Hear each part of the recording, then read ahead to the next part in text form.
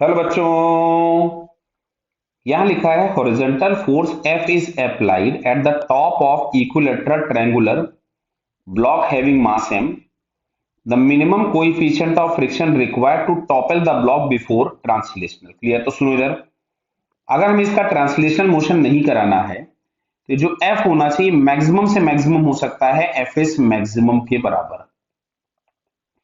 तो F की value हम लोगों के पास हो जाएगी म्यू इंटू एन, जहां पे n is equal to M G हो जाएगा. अब ये टॉपल करेगा तो सी वाले पॉइंट के अबाउट टॉपल करेगा. तो सबसे पहले अगर हम लोग चेक करें तो यहां से नीचे लग रहा होगा mg, और ये हम लोगों के पास फोर्स लग रहा है F इस तरफ में. फ्रिक्शन इस तरफ में कहीं लग रहा होगा जो कि पास होगा इसी एक्सिस से, यहीं से. नॉर्मल भी शिफ्ट होते होते यहीं आ चुका होगा. क्लियर? तो पॉइंट सी के अबाउट अगर हम टॉर्क देखें तो नॉर्मल का भी टॉर्क जीरो है, एफएस का भी टॉर्क जीरो. टॉर्क के नाम पे केवल और केवल हमको मिलेगा एफ और mg. तो tau D to M G अगर हम लोग देखें तो मिलेगा एम जी इंटू परपेंडिकुलर डिस्टेंस. तो देखिए परपेंडिकुलर डिस्टेंस में यहाँ पे ब्लू कलर से बना रहा हूं.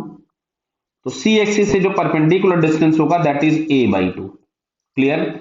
और ये जो टॉर्क लग रहा है, क्या आपको समझ में आ रहा है? ये वाला टॉर्क इसको इधर घुमाने की टेंडेंसी रखता है और एफ वाला जो टॉर्क है वो इधर ले जाना चाहता है.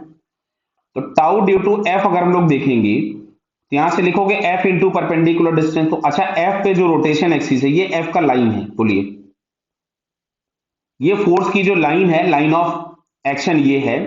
इस पे अगर हम सी से परपेंडिकुलर डिस्टेंस देखें तो क्या ये वाला डिस्टेंस दिखेगा जिसको मैंने ब्लू बना दिया? नॉर्मल मत समझना इसको.